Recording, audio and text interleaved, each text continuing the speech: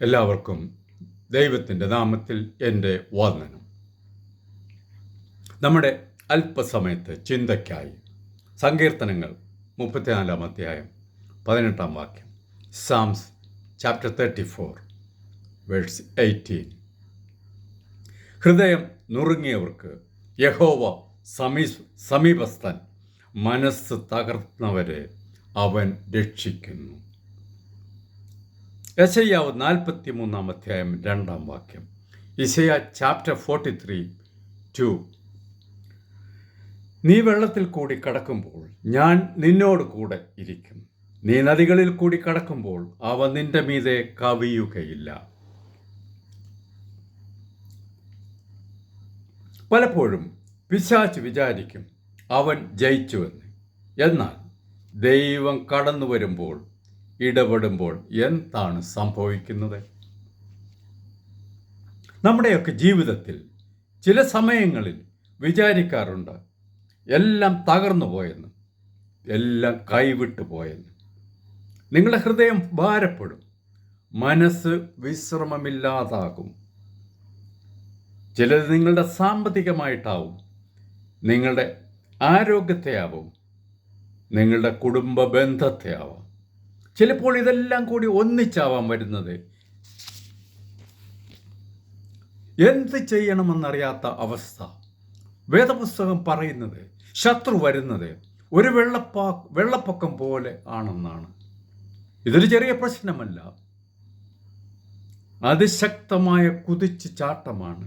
അതിൽ നിങ്ങൾ മുങ്ങി മരിക്കുന്ന സമ്മർദ്ദമുണ്ട്.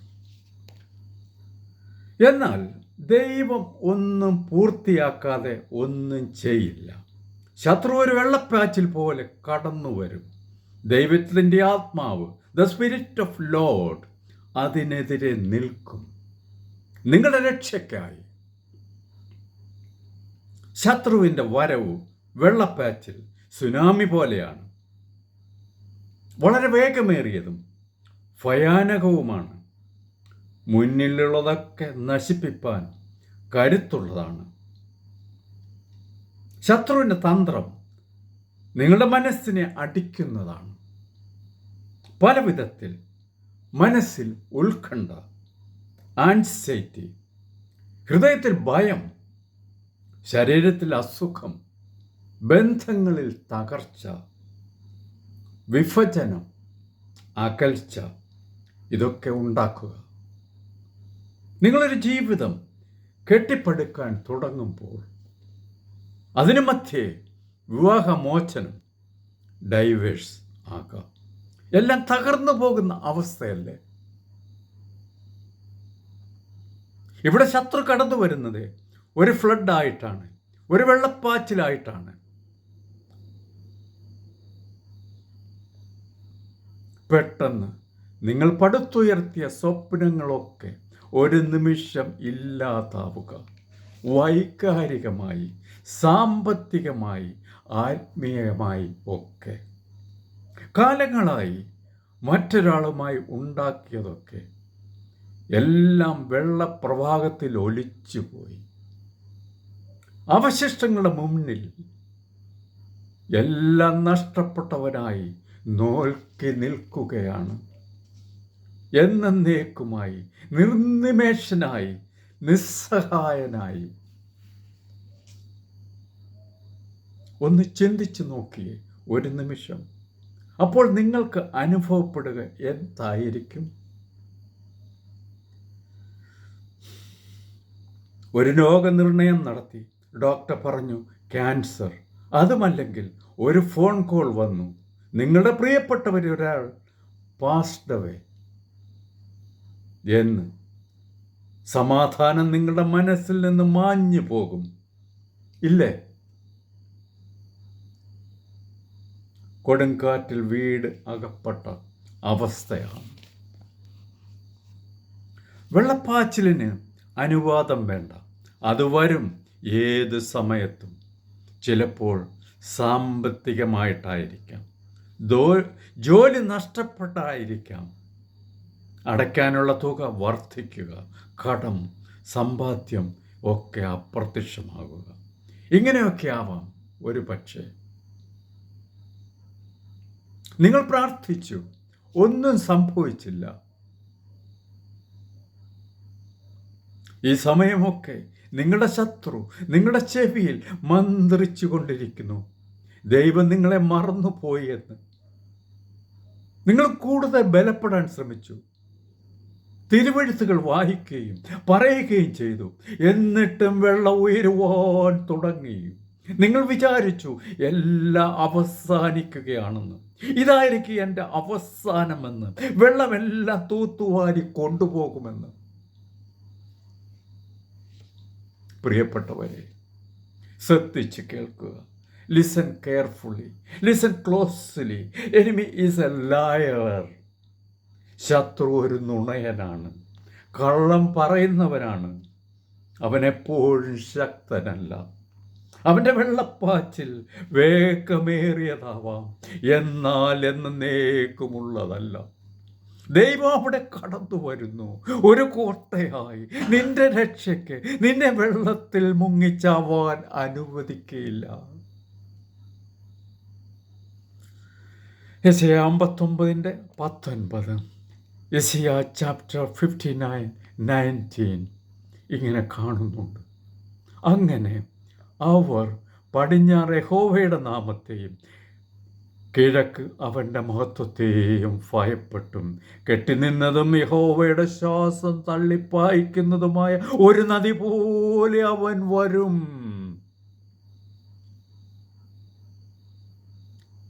ഒരു നദി പോലെ അവൻ വരും. അവൻ ആ സ്ഥലത്തേക്ക് കടന്നു വരുന്നു.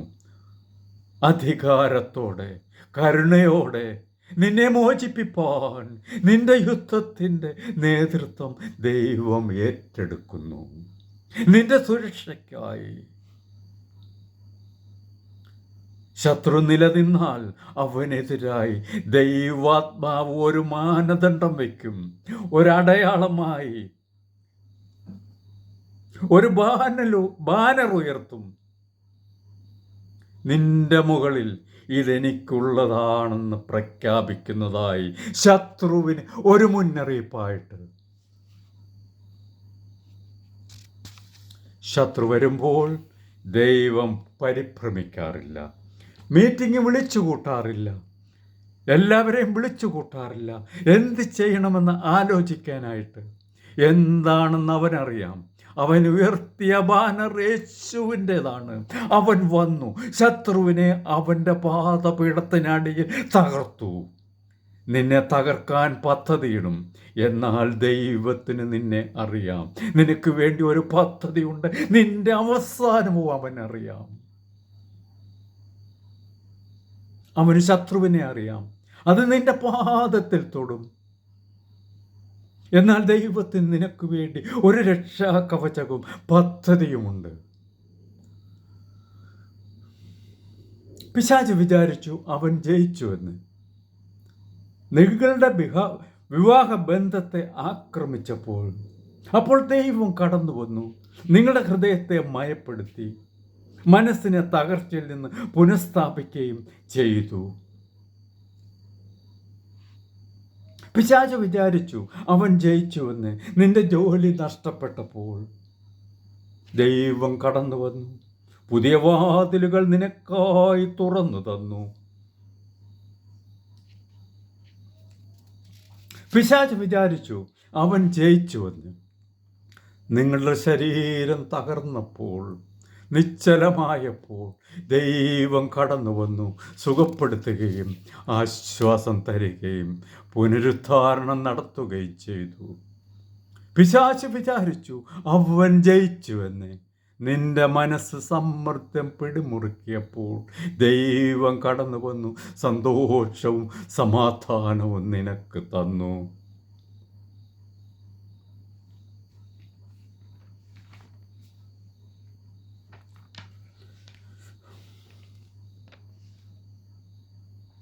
ധാരാളം ജീവിത അനുഭവങ്ങളുണ്ട് ഓരോരുത്തരുടെയും ജീവിതത്തിൽ. ജീവിതം അവസാനിപ്പിക്കാൻ തോന്നുന്നത്, ജീവിതം മതിയാക്കണമെന്ന് ചിന്തിച്ചത്. ഒരു സ്ത്രീ ഗാർഹിക പീഡനം കാരണം വീട് വിട്ടിറങ്ങി, ഭവനരഹിതയായി, പോകാൻ ഒരിടവുമില്ല. പണമില്ല, എന്ത് ചെയ്യണമെന്നറിയില്ല. ഓരോ രാത്രിയും നിരാശയുമായി യുദ്ധം ചെയ്തു. ദൈവം അവളെ കൈ പിടിച്ചുയർത്തി. അപരിചിതർ അവൾക്ക് സഹായത്തിനായി. അവൾ ജോലി, വീട്, സമാധാനം ഒക്കെ കണ്ടെത്തി. ഇവിടെ ഫ്ലഡ് വന്നു, വെള്ളപ്പൊക്കം വന്നു, പക്ഷേ വിജയിച്ചില്ല. ഒരു ചെറുപ്പക്കാരൻ മയക്കുമരുന്നിന് അടിമപ്പെട്ട് വഴിവിട്ട ജീവിതം നയിച്ചു. അവൻ്റെ പ്രിയപ്പെട്ടവരുമായുള്ള ബന്ധങ്ങളൊക്കെ ഇല്ലാതാക്കി അവസാനം ആത്മഹത്യയുടെ വക്കിലെത്തി. ഇവിടെ ദൈവം കടന്നു വന്നു. ഒരു ക്രിസ്ത്യൻ വിശ്വാസിയുടെ അടുക്കൽ അവനെ എത്തിച്ചു. വർഷങ്ങളുടെ പ്രാർത്ഥനയും അചഞ്ചലമായ സ്നേഹവും അവന് വിടുതൽ കിട്ടി. അവൻ ഇന്ന് ദൈവവചനം സംസാരിക്കുകയും അവൻ്റെ ആത്മാവിനെ രക്ഷിക്കുകയും ചെയ്തു. ഒരു ദമ്പതികൾ വർഷങ്ങളായി കുട്ടികളില്ലായിരുന്നു. ഡോക്ടേഴ്സ് പറഞ്ഞു അസാധ്യമാണെന്ന്. അവരുടെ ഹൃദയം തകർന്നു. അവർ ദൈവത്തെ ചോദ്യം ചെയ്തു. ഇത്രയും കാലം ഈ കഷ്ടത നൽകിയതിന് എന്താണ് സംഭവിച്ചത്? ഒരു ദിവസം അവരുടെ കുഞ്ഞിനെ അവരുടെ കരങ്ങളിൽ അവർ പിടിച്ചു. നിശബ്ദമായിരുന്ന അവരുടെ വീട് പ്രസന്നവും ചിരിയും സന്തോഷവും ഉള്ളതായി മാറി. ഫ്ലഡ്, വെള്ളം വന്നു, എന്നാൽ ദൈവം പുനർനിർമ്മിച്ചു. ദൈവം നിങ്ങളെ പുറന്തള്ളുകയില്ല, പുനർനിർമ്മിക്കുക അത്ര ചെയ്യുന്നത്. അതിജീവിപ്പിക്കുകയല്ല, പിന്നെയോ അഭിവൃദ്ധി പ്രാപിക്കുകയാണ് ചെയ്യുന്നത്. ദൈവം കൊടുങ്കാറ്റിനെ നിശബ്ദമാക്കുകയല്ല, പുനഃസ്ഥാപിക്കുകയാണ് ചെയ്യുന്നത്.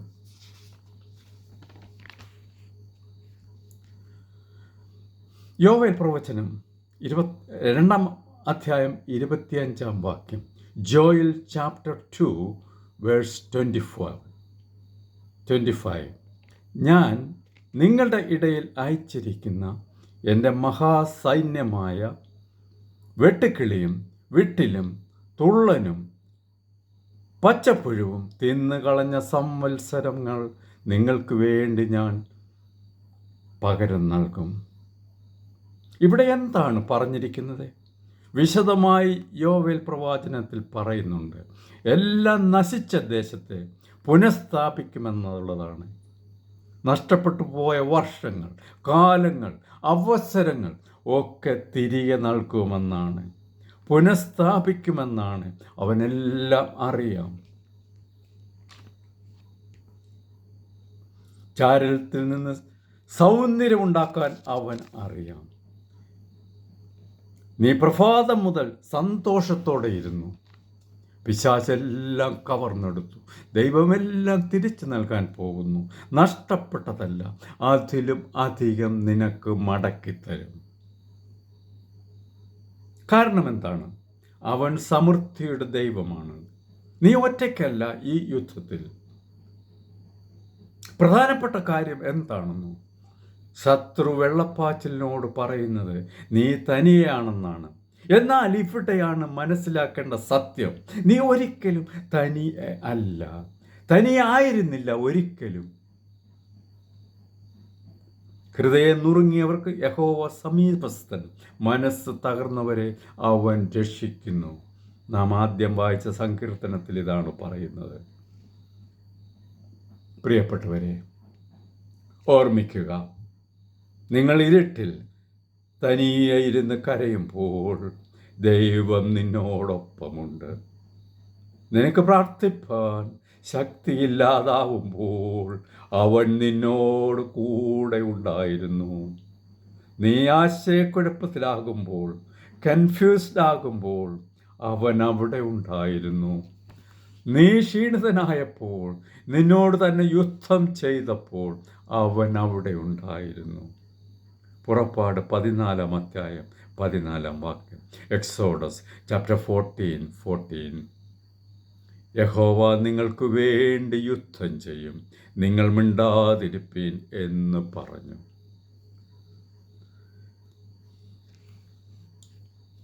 നിങ്ങൾ ദുർബലനാകുമ്പോൾ, നിന്റെ ബലഹീനത ദൈവത്തിൻ്റെ ഒരു പദ്ധതിയാണ്. അപ്പോൾ അവൻ്റെ ശക്തി നിങ്ങൾ കാണും. നിങ്ങൾ തകർന്നിരിക്കുമ്പോൾ ദൈവം തൻ്റെ മികച്ച പ്രവൃത്തി നിങ്ങൾക്ക് വേണ്ടി ചെയ്യും. വെള്ളം വരുമ്പോൾ അവൻ കാണും, തീ വരുമ്പോൾ അവൻ കാണും, നിങ്ങളെ പിടിച്ചുയർത്തും. വെള്ളവും തീയും വിജയിക്കില്ല. അസുഖം നിങ്ങളെ ഇല്ലാതാക്കില്ല. ഉത്കണ്ഠ, ആൻസൈറ്റി നിങ്ങളെ തടവിലാക്കില്ല. വെള്ളം ചിലപ്പോൾ ഉയർന്നേക്കാം, ദൈവം നിങ്ങളെ ഉയർത്തും.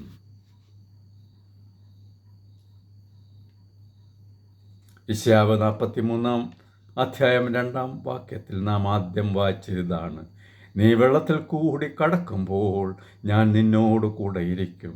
നീ നദികളിൽ കൂടി കടക്കുമ്പോൾ അവ നിന്റെ മീതെ കവിയയില്ല. ഇത് ദൈവത്തിൻ്റെ വാഗ്ദാനമാണ്. ചിലപ്പോൾ വെള്ളം വരാം, എന്നാൽ അത് നിന്നെ മുക്കിക്കളകയില്ല. എന്നെ കേൾക്കുന്ന പ്രിയപ്പെട്ടവരെ, നിങ്ങളുടെ ജീവിതത്തിൽ വെള്ളം വരുമ്പോൾ എന്ത് ചെയ്യും? നിങ്ങളുടെ കണ്ണുനീർ തോരുകയില്ല. നിങ്ങളുടെ ബില്ലുകൾ, നിങ്ങളുടെ കടങ്ങൾ, നിങ്ങളുടെ ബാധ്യതകൾ ഉയരുമ്പോൾ എന്ത് ചെയ്യും? ദൈവത്തിൻ്റെ മാനദണ്ഡത്തിൽ മുറുകെ പിടിക്കുക. നിങ്ങളുടെ കണ്ണ് യേശുവിലേക്ക് ഉയർത്തുക. പ്രാർത്ഥിക്കുക, വിശ്വസിക്കുക, ആരാധിക്കുക. താഴ്വരയിൽ, പർവ്വതത്തിലല്ല, വെള്ളത്തിനെതിരെ നിനക്ക് ജീവിക്കാനുള്ള മാനദണ്ഡം എന്താണ്? വിശ്വാസം. അതാണ് നിനക്കുള്ള മാനദണ്ഡം. എബ്രായർ 10 അധ്യായം 23 വാക്യം. Hebrews chapter 10:23. പ്രത്യാശയുടെ സ്വീകാരം നാം മുറുകെ പിടിച്ചുകൊള്ള. വാഗ്ദത്തം ചെയ്തവർ വിശ്വസ്തനല്ലോ. ദൈവം ഒരിക്കലും ഒരു യുദ്ധവും തോറ്റിട്ടില്ല. ഒരു വാഗ്ദത്തവും നിറവേറ്റാതിരുന്നിട്ടില്ല. അവൻ്റെ ജനത്തെ കഷ്ടപ്പാടിൽ ഉപേക്ഷിച്ചിട്ടില്ല. ശത്രു ആക്രമിക്കുമ്പോൾ ദൈവം വരുന്നത് സമാധാനം, ശക്തി, കൃപ, അത്ഭുതം, മിരക്കിൾ ഇതിൻ്റെയൊക്കെയും ഒരു വാതിൽ തുറന്നാണ്. ആർക്കും അടയ്ക്കാൻ പറ്റാത്ത ഒരു വാതിൽ. ഐ റിപ്പീറ്റ്, ആർക്കും അടയ്ക്കാൻ പറ്റാത്ത ഒരു വാതിൽ. എല്ലാം മാറും. ചെങ്കടൽ നിർത്തുന്നു, ഭീമന്മാർ വീഴുന്നു, ജയിലറകൾ തുറക്കപ്പെടുന്നു, ഹൃദയം സുഖപ്പെടും, പ്രത്യാശ പുനഃസ്ഥാപിക്കപ്പെടും. എല്ലാം മാറും. നിന്റെ തടസ്സങ്ങളെല്ലാം മാറും. പ്രിയപ്പെട്ടവരെ, നിങ്ങളുടെ ഇപ്പോഴത്തെ അവസ്ഥ, നിങ്ങളുടെ സാഹചര്യം വളരെ മോശമായിരിക്കാം എല്ലാ രീതിയിലും. ചാരത്തിൽ നിന്ന് വിജയം വരിക്കാൻ കഴിവുള്ളവനാണ് ദൈവം. നിങ്ങളുടെ ശത്രു ഏറ്റവും മോശപ്പെട്ടത്, നിങ്ങളുടെ നാശമാണ് അവർ ആഗ്രഹിക്കുന്നത്. നിങ്ങളുടെ നാശമാണ് അവർ ആഗ്രഹിക്കുന്നത്. ദൈവം ഏറ്റത് നല്ലത് നിനക്ക് ചെയ്യും. നിങ്ങൾ വിചാരിക്കുക, നിങ്ങളിപ്പോൾ വെള്ളത്തിൻ്റെ നടുവിലാണെന്ന്. നിരാശപ്പെടരുത്. നിങ്ങളുടെ കണ്ണുകൾ ഉയരത്തിലേക്ക് നോക്കുക. പ്രാർത്ഥനയോടെ സ്തുതിക്കുക. ദൈവം നിങ്ങളെ ഉയർത്തും. നിന്റെ ശത്രു പിശാച് വിചാരിച്ചു കാറ്റിലും വെള്ളത്തിലും മുങ്ങി നിന്റെ അവസാനമാണെന്ന്. എന്നാൽ ദൈവം കടന്നു വരുന്നു, കരുണയും വിടുതലും പുനരുത്ഥാനവുമായി നിന്നെ ഉയർത്താൻ, നിനക്ക് മറുപടിയുമായി. നീ ഇതിനായി പ്രാർത്ഥിച്ചില്ലെങ്കിൽ കൂടി ഇത് അപ്രതീക്ഷിതമായ ഒരു മാറ്റമാണ്. ഇതപ്രതീക്ഷിതമായ ഒരു മാറ്റമാണ്. ഞാൻ എൻ്റെ വാക്കുകൾ അവസാനിപ്പിക്കുന്നു. God bless you all. ദൈവം എല്ലാവരെയും അനുഗ്രഹിക്കട്ടെ. ഈ സന്ദേശം നൽകിയത് ജോർജ് ജൂനിയർ കിഴക്കേ വീട്.